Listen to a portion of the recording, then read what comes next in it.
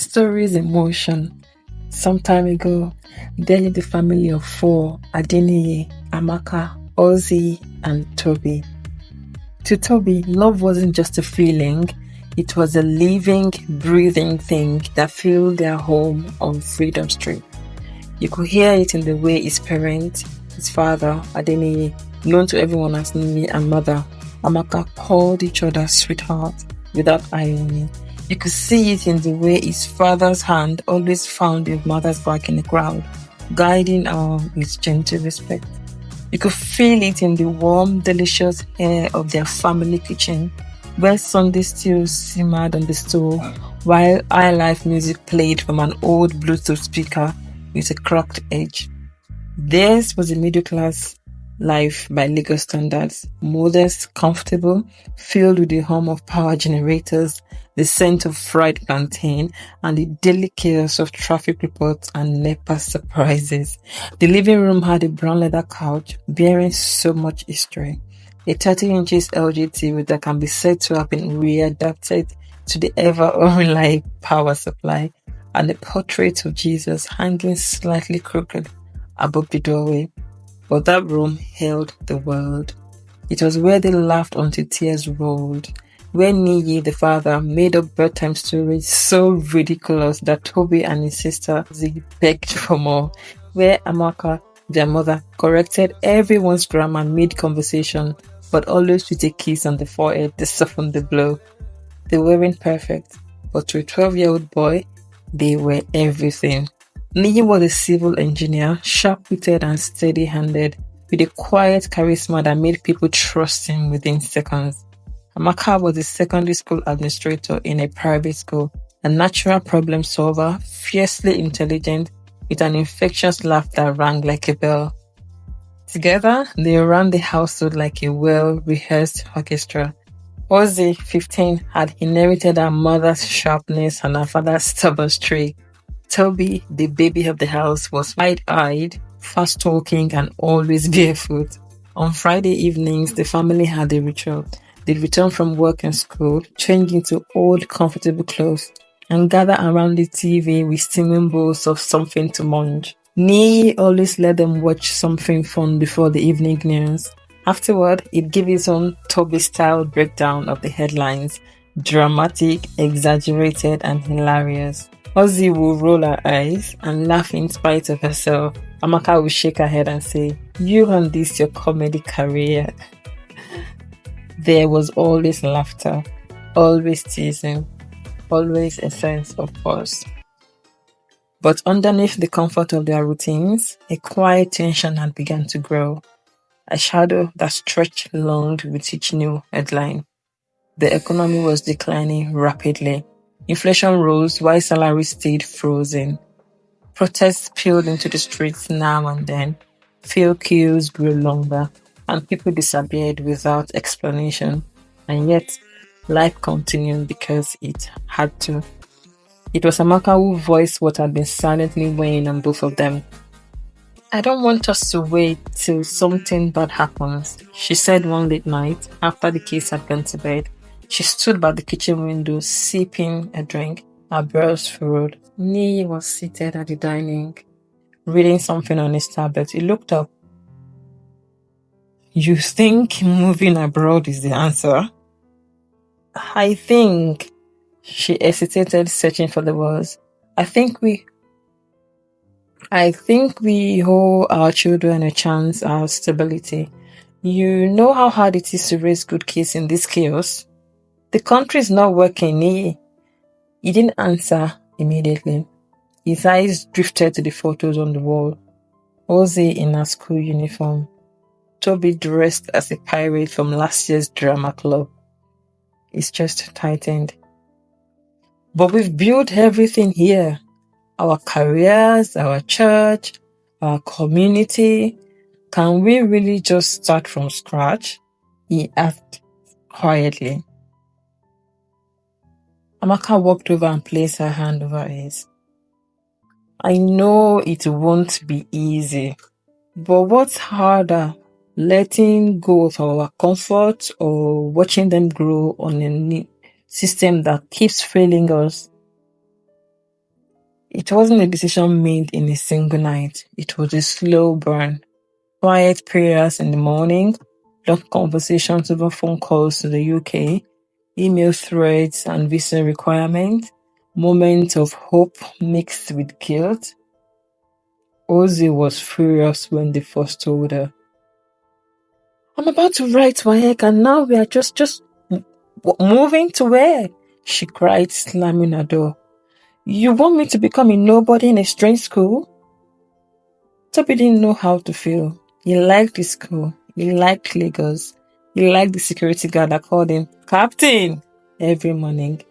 The idea of abroad felt big and cold and unreal.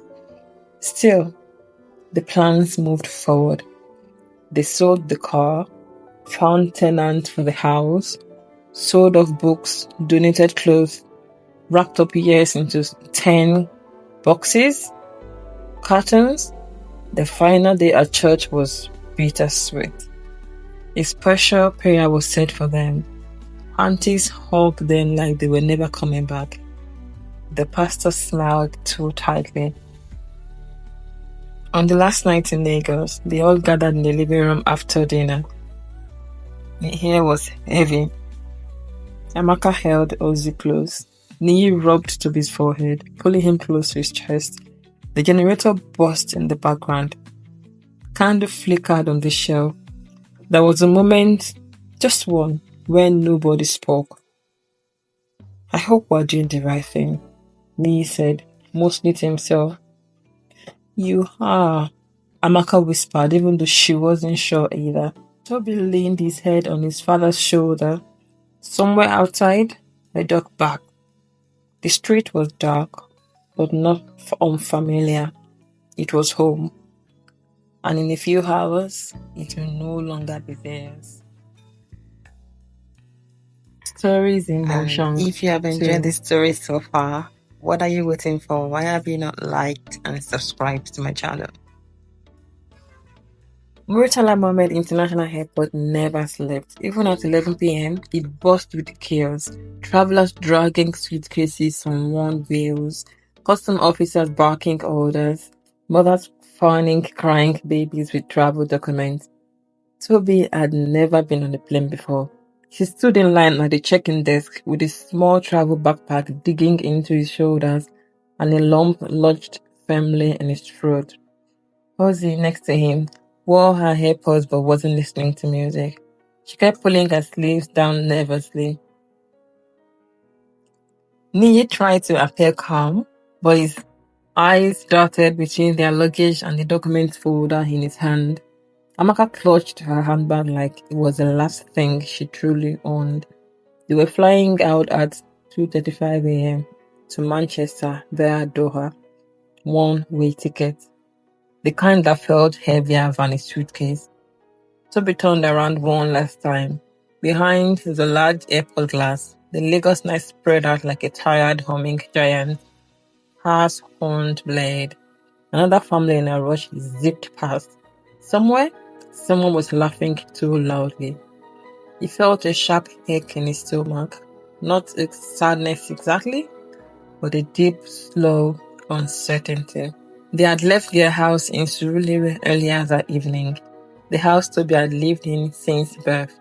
He remembered how quiet it had been as they walked out for the last time. All the furniture gone, the walls bare. The echoes in the empty sitting room made it feel like someone else's home already. He had placed his hand on the wall by the staircase, the spot where he once scratched it during hide and seek, and whispered goodbye, hoping the house could hear him. A few neighbors came to see them off. Auntie Uju from across the road brought puff puff.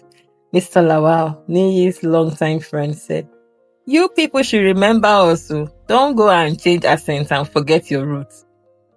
The hardest part was saying goodbye to Grandpa, Amaka's father, who came all the way from Anambra the week before just to pray over them. He was old now, frail, with hands like paper and eyes like glass. When he hugged Toby, he whispered, "You are going to a cold land, my son, but keep your heart warm." Toby didn't understand what he meant then, but he would. At the airport, everything felt rushed. Bags were weighed, instructions came in clipped accents, papers checked. The immigration officer scanned their documents, stamped heavily, and said, "Next." And that was it. They were no longer just a Nigerian family. They were immigrants now. On the plane, the lights dimmed and the engine roared. Toby looked out the window, eyes wide as the aircraft rose above Lagos. The city lights scattered below like falling stars. His stomach twisted. Hamaka reached out for his hand and held it tight. "You're brave," she said, smiling, though her eyes were red. The flight was long. Layover in Doha, long queues, cold air, silent corridors, everyone minding their business. No friendly aunties offering biscuits, no one asking, "How was the flight, my dear?" Just announcements in a language that sounded like wind. When they landed in Manchester, clouds pressed low over the airport like thick grey blankets. It was July, but the air felt like Hamilton. The cold hit them immediately, not just a physical cold, but a silence that felt unfamiliar. Nobody greeted them at the airport. They found their way to the taxi rank. Bags piled up like stacked memories. Their Airbnb was in a suburb called Levinsham. The house was small, sterile, white walls, grey carpets, a thermostat they didn't know how to use. There was no generator home, no knocking neighbors, no distant mosque calls or street vendors shouting, "Bole!" They sat in the living room that night, exhausted and wide-eyed. Ozzy didn't speak. Niyi rubbed his head. Amaka scrolled through messages from relatives, checking if they had landed safely. Toby looked around the room. There were no photos on the wall, no familiar smells, just the sound of the heating system and the gentle ticking of time moving them further away from everything they've ever known. That night, as he lay under stiff blankets, he whispered to himself, "We are not in Nigeria anymore." And somehow, that made sleep harder.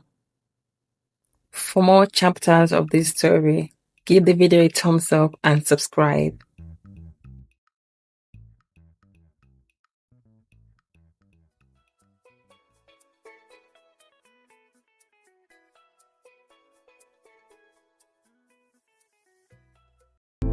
Stories in motion. Free. The first thing Toby noticed about Manchester was that everything looked tired. The sky, the buildings, even the people. On their first proper morning, he pressed his face against the frosted window pane of the Airbnb living room. Outside, the sky was a smudge of grey. No sun, no clouds, just grey. Even the birds looked like they were in a hurry. He missed the colour of Lagos. The burnt orange sunset, the noisy brightness of roadside stalls, the warmth that wrapped around you like a second skin. Here, the air was clean but unkind. The silence outside made him nervous. It was a silence that didn't feel peaceful. It felt empty. They spent the next week buried in tasks. Life in the UK, they quickly learned, came with rules. Lots of them. Register for national insurance, pick up your BRP card, book a GP appointment, find a school placement, open a bank account, sign tenancy papers. Everything took time. Required documents, proof of address, utility bills. Without one thing, you couldn't get to the next. Sekula wahala. Niyi muttered after spending hours online trying to prove he existed. Amaka started calling estate agents. They viewed a few rental homes. Most were small, cramped, or far from public transport. One smelled like cat pee.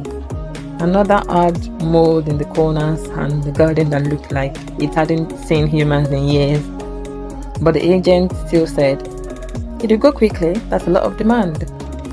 Eventually, they settled for a small 2-bedroom terraced house in a mixed neighborhood. It wasn't bad, just plain. Everything was grey. The carpets, the kitchen tiles, the curtains. Toby quietly began to hate the color. They bought cheap furniture from a charity store nearby. Lee assembled them with a tired smile and aching back. Ozzy scowled the entire time. Amaka tried to inject joy. She played Nigerian gospel softly in the background, hung up one of their family photos from Lagos on the hallway wall, and made pepper soup that nearly set the smoke alarm off. But something had shifted in the air. Everyone was tired, quiet, unfamiliar to themselves. The kids were enrolled in the nearest schools. Ozzy in year 11, Toby in year 8. Uniforms arrived in plastic bags, stiff blazers, long trousers, itchy socks. Toby hated the blazer. It made him feel like he was wearing someone else's skin. School was confusing. The teacher spoke quickly, using words he didn't know. The student looked at him like he was a new exhibit in a zoo. "Say something again," one boy giggled on the first day. "You sound like the guy from Black Panther." Toby said nothing. Another girl asked if his dad was a prince. Someone else wanted to know if he'd seen a lion in real life. He didn't know how to answer.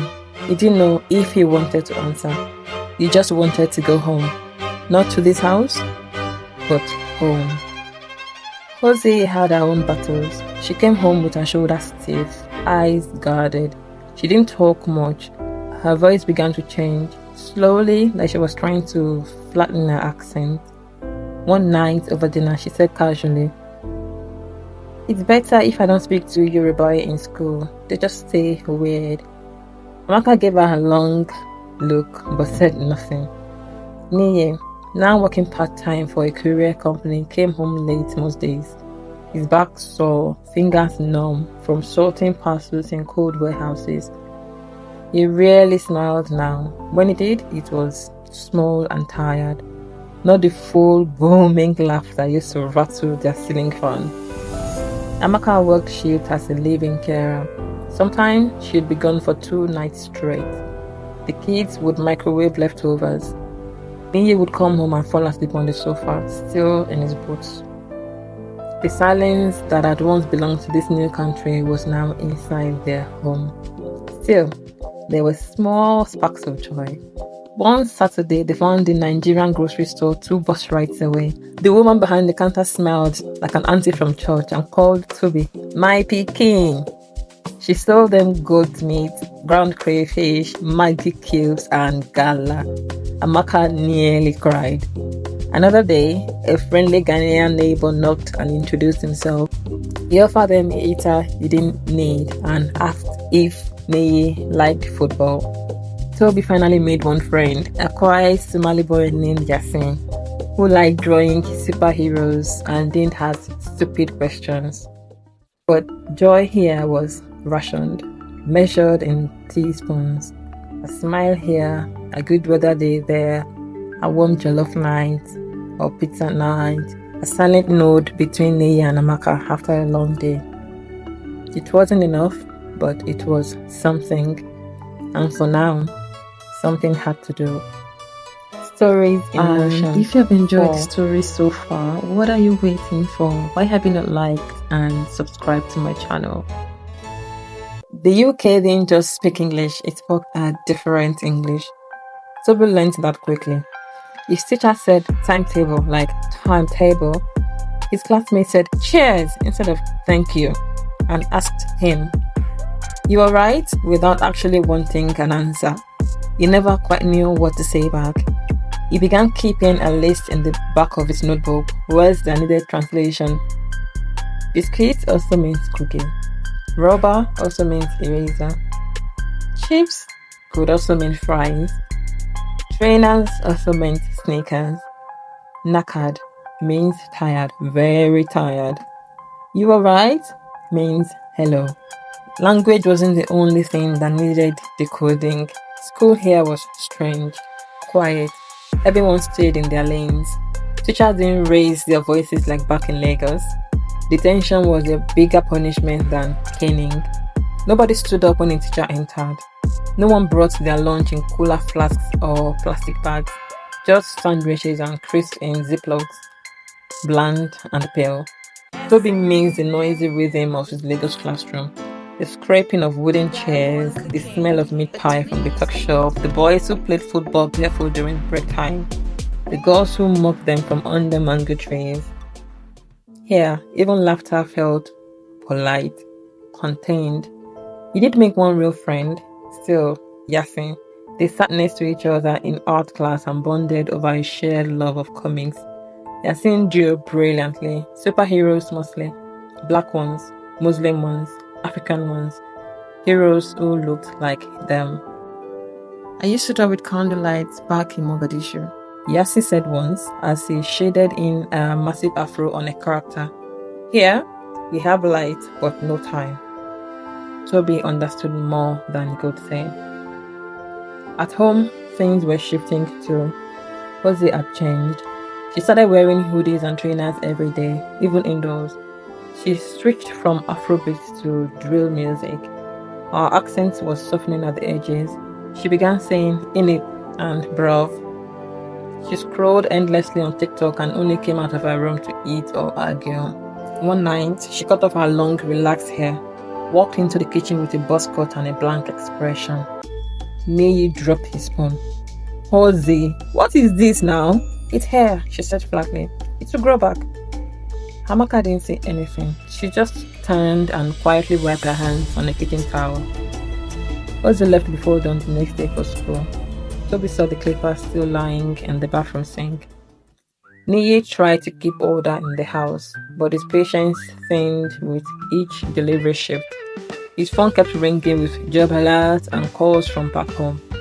Uncles asking for help, old friends sending, "just checking on you," messages that led to subtle requests. They thought the family was swimming in pounds. Meanwhile, Amaka barely had time to see. A care job meant sleeping in strangers' homes, helping elderly clients bath, eat, and remember who they were. She came back smelling like hand lotion and tired feet, her eyes sunken and voice cracked. Sometimes she'd come home to find everyone already asleep, and the next morning she would be gone again before anyone woke. One evening, Toby came into the kitchen to find his father standing still, just standing in the middle of the floor. The microwave was beeping, but he didn't hear it. He was staring at the photo of their Lagos living room, now framed above the sink. Toby didn't speak, just stood beside him. "After a while," Neyi whispered. "We were happy there, weren't we?"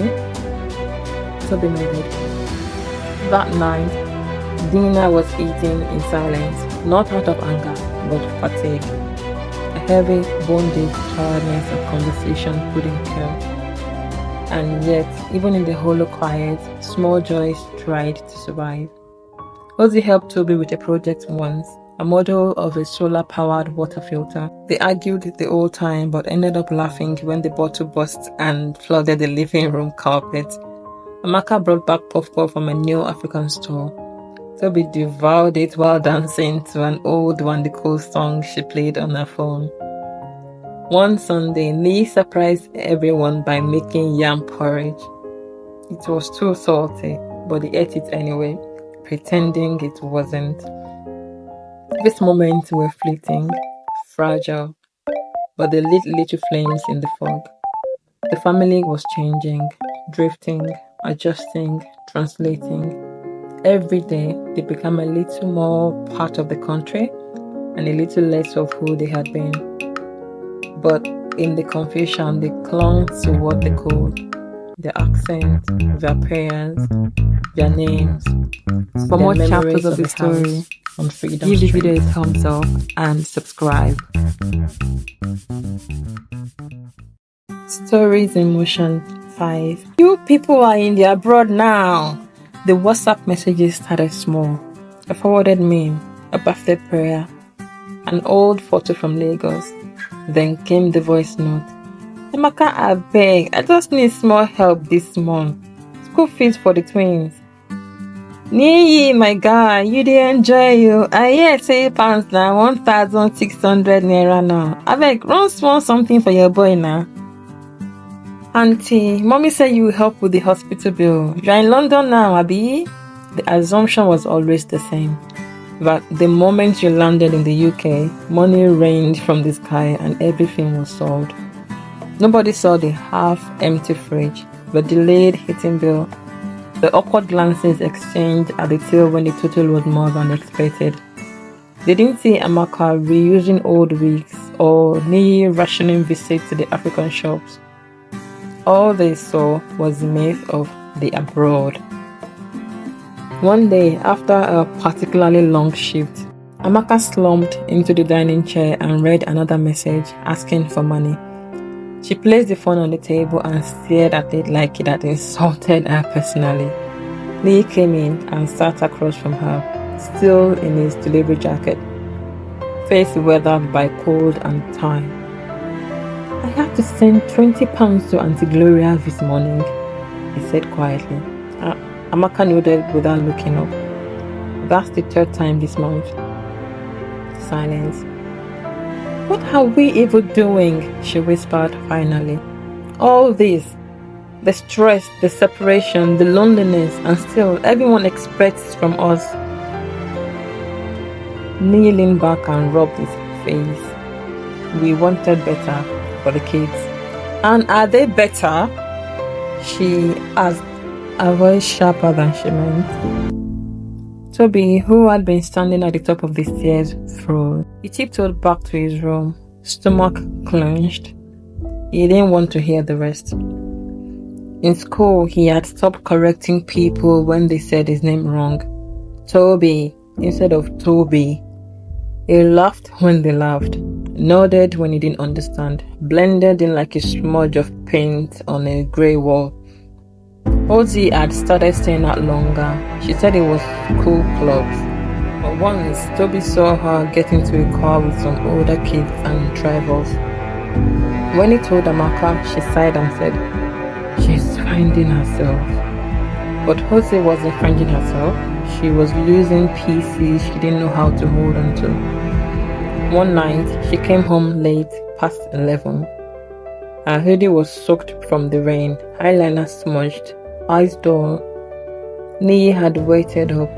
The argument that followed shook the house like thunder. "You think you can come home and go like you own the place? You're not even here most of the time," she shouted back. "Don't raise your voice at me." "Why? You barely notice I exist unless I mess up." Hamaka stepped in, voice raised, the first time in months. "Enough! This is not who we are." Ozzy scoffed.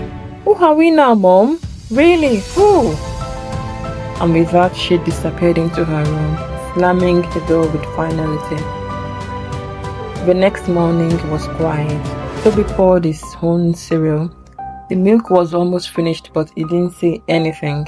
Amaka left early for a 24-hour shift. Niyi stayed in bed longer than usual. The silence stretched. That evening, as the wind howled outside and the radiators clicked reluctantly to life, they had dinner in silence. Just potatoes and boiled eggs. No stew, no talk.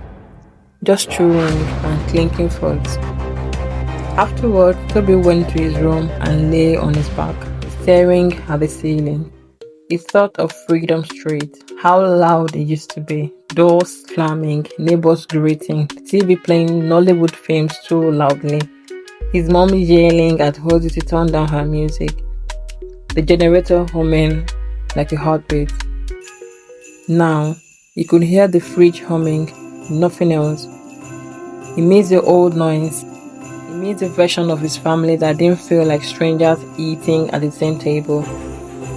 He closed his eyes and tried to remember his dad's booming laugh, the one that used to shake the kitchen table during Sunday breakfast, but he couldn't. Not clearly. Not anymore.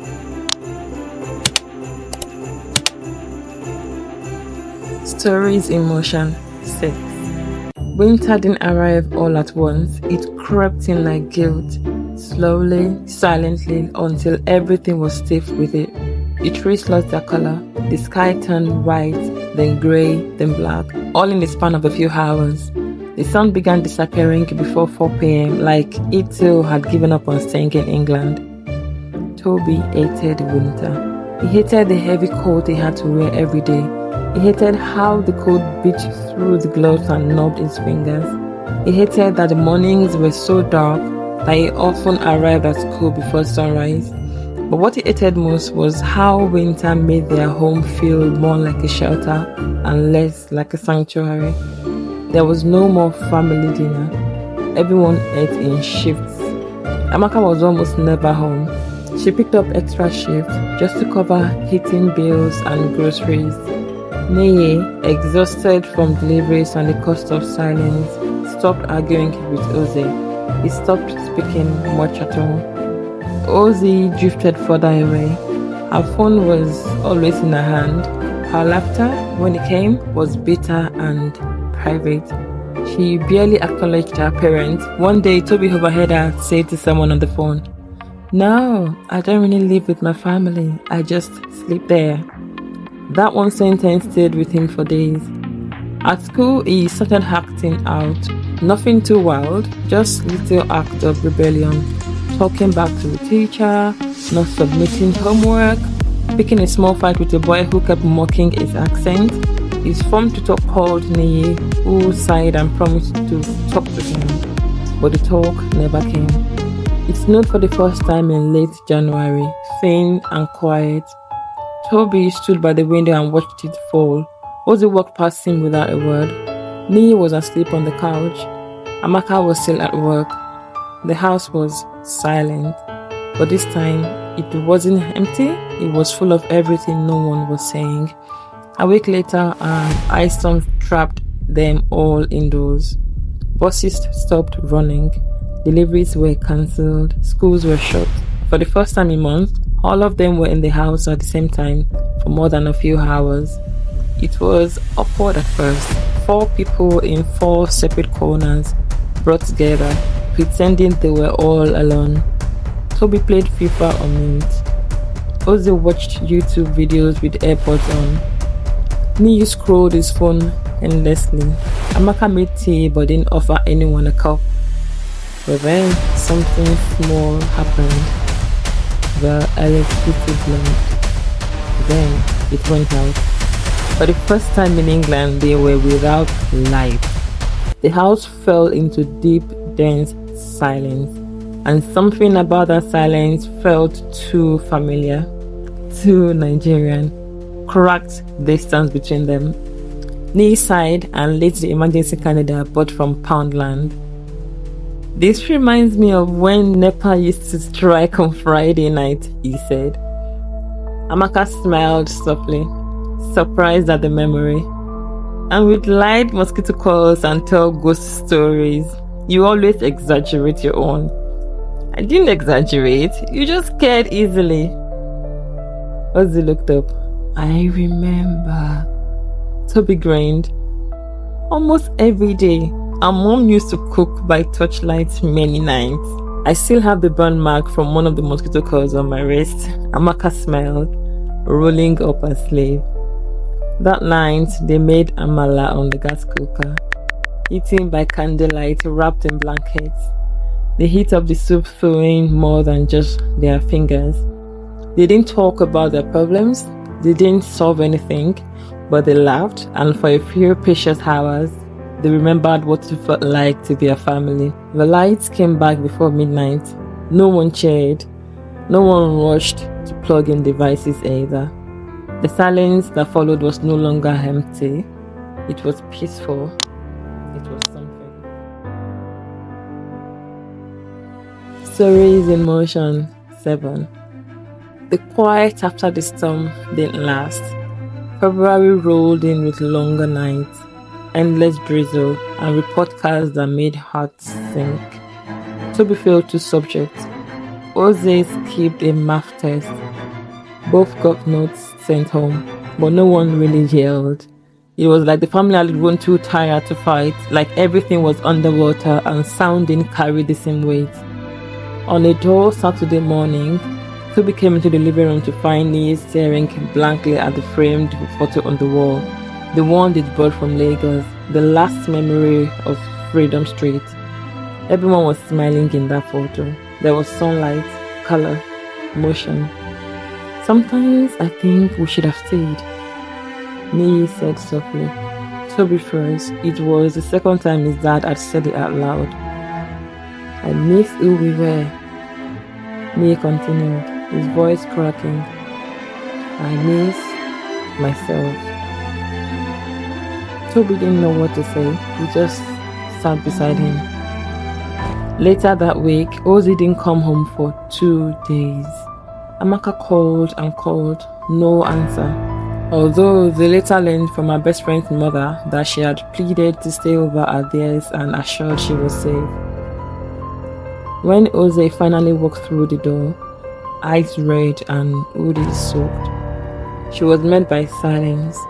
No shouting, no scolding. Niyi just looked at her and said, "Are you okay?" Ozzy sat down slowly. I don't know. It was the most honest any of them had said in weeks. The next day, Amaka made a decision. She left a note on the fridge before heading to work. Therapy. It's free through the NHS. I'm going. You don't have to come, but I'm tired of pretending we're okay.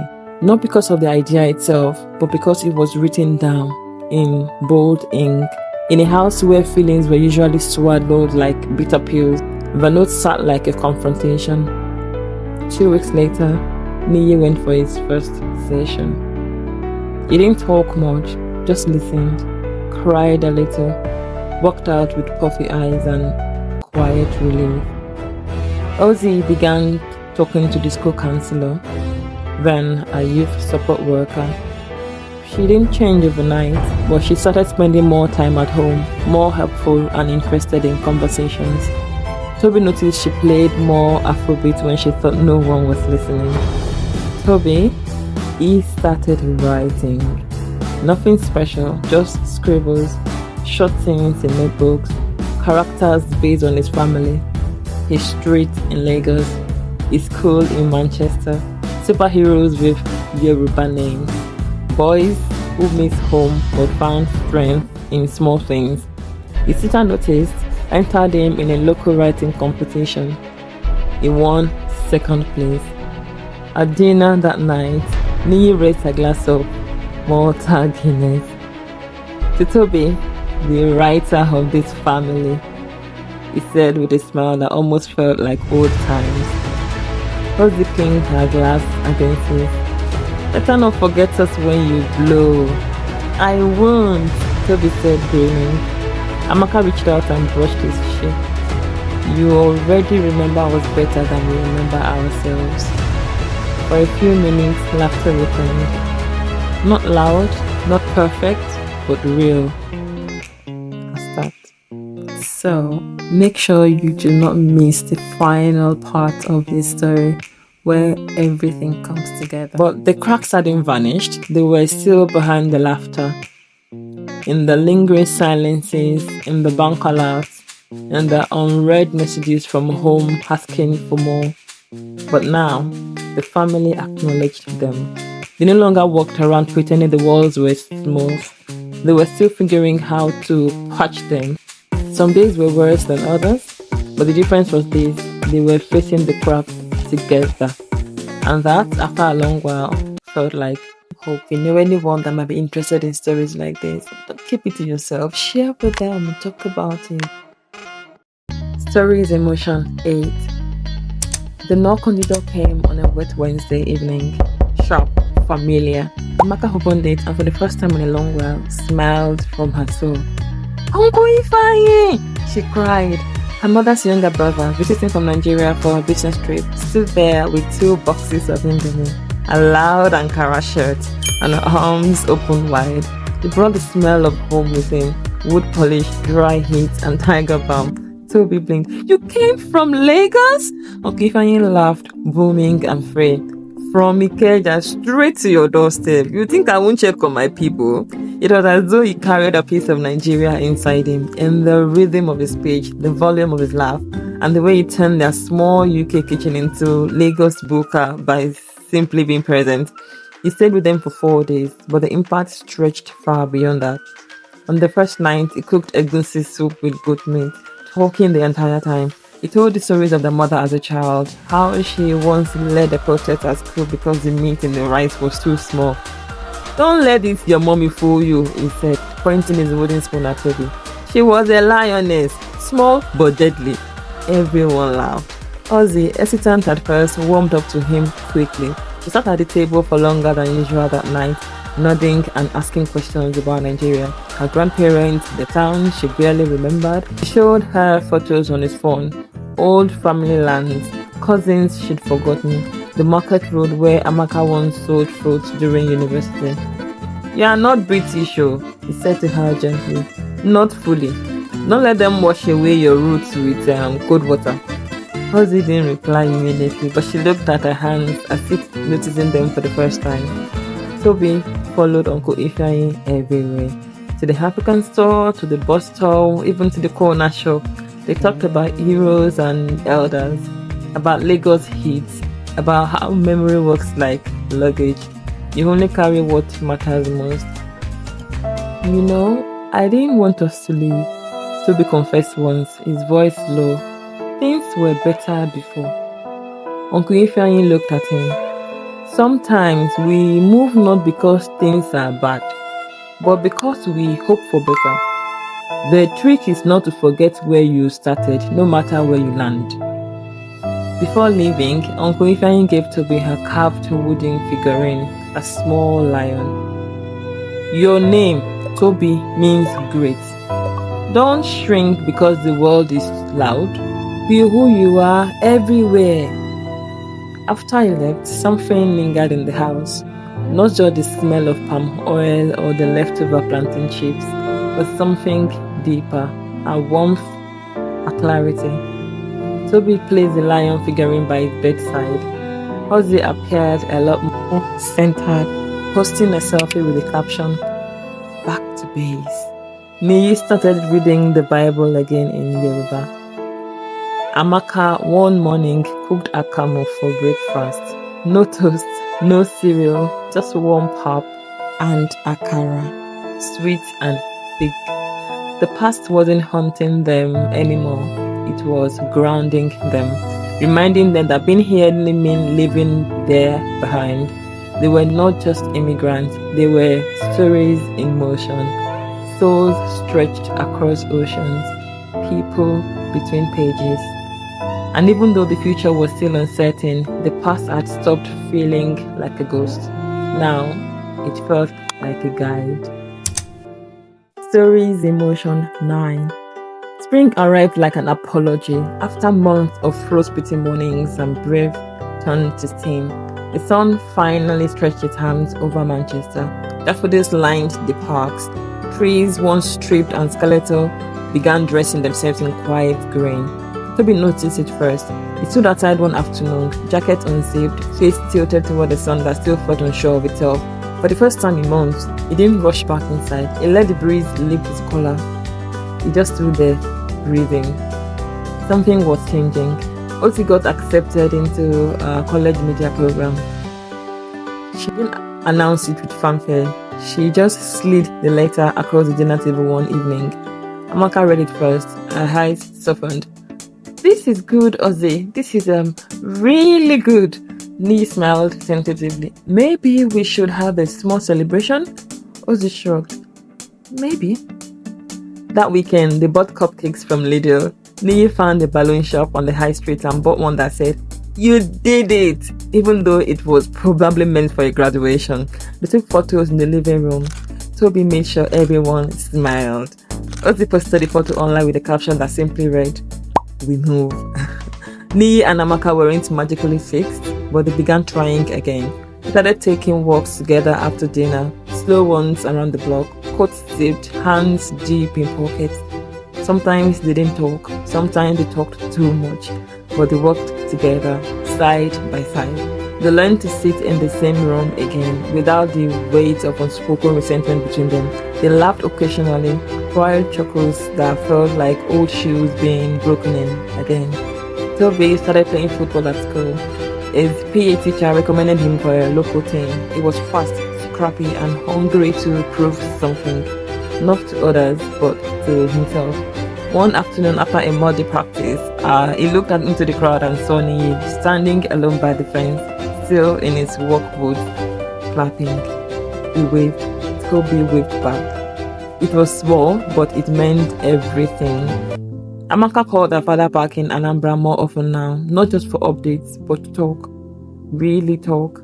He told her, "You are building something in the hard soil. It may grow slower, but it will be strong." She held on to those words during long shifts and longer nights.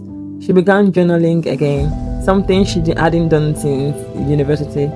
Pages filled with scattered thoughts, prayers, questions, reminders that she was still herself even in the fog of survival. In April, they hung a new photo beside the old one from Freedom Street.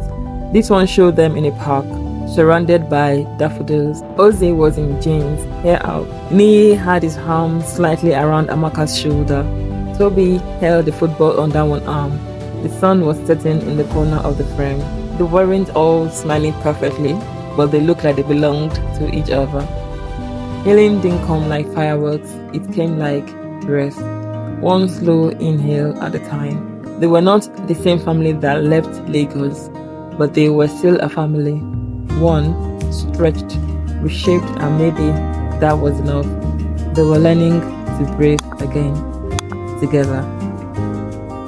Story is Emotion 10. The summer came late, like it was trying to make up for all it had missed. On the warmest day of the year so far, 21 degrees Celsius, the British would proudly boast. The family found themselves in Plattfields Park, surrounded by other brown-skinned families with folding chairs and smoky grills. Afrobeats pumped from a Bluetooth speaker. The sun was real, the joy louder than it had been in a long time. It was the first proper picnic they'd had since arriving in the UK. Toby ran through the grass, shoes off, chasing after a football with two boys from his team. His laughter echoed across the park, unburdened. Ozzy sat under a tree, legs crossed, sunglasses on, and natural hair was in twist. She wore her t-shirt that read "Lagos raised me." She was on her phone, but this time she wasn't scrolling, she was recording, filming clips for her short documentary about immigrants and memory. Amaka handed her puff-puff from a foil tray, laughing as she scolded Niyi for sneaking extra pieces. Her feet were in sandals. Her eyes had lines from all the months she had carried the family on her back, but they also had light again. Niyi wore his old Arsenal jersey. His phone kept buzzing with new delivery alerts, but he ignored it. He was watching Toby now, watching the boy run and fall and rise, shouting instructions in his thick Nigerian accent, unashamed. "I think it's finally settled," Niyi said quietly. Amaka smiled. "No, it's just getting started." Later that evening, clouds rolled in, thick and silver. A drizzle began to fall, warm and light. Everyone else packed up, panicked, scrambling to avoid the rain, but the family stayed put, laughing under the sky as though they remembered something the others had forgotten. Toby tilted his face up and let the water kiss the skin. Ozzy didn't move. "This rain," she said, "smells like home." Amaka looked at her husband. He was smiling, not the tired kind, but the real one, the one from Freedom Street. She reached for his hand. He didn't hesitate. They walked home that night as a unit, not quite whole, but whole enough.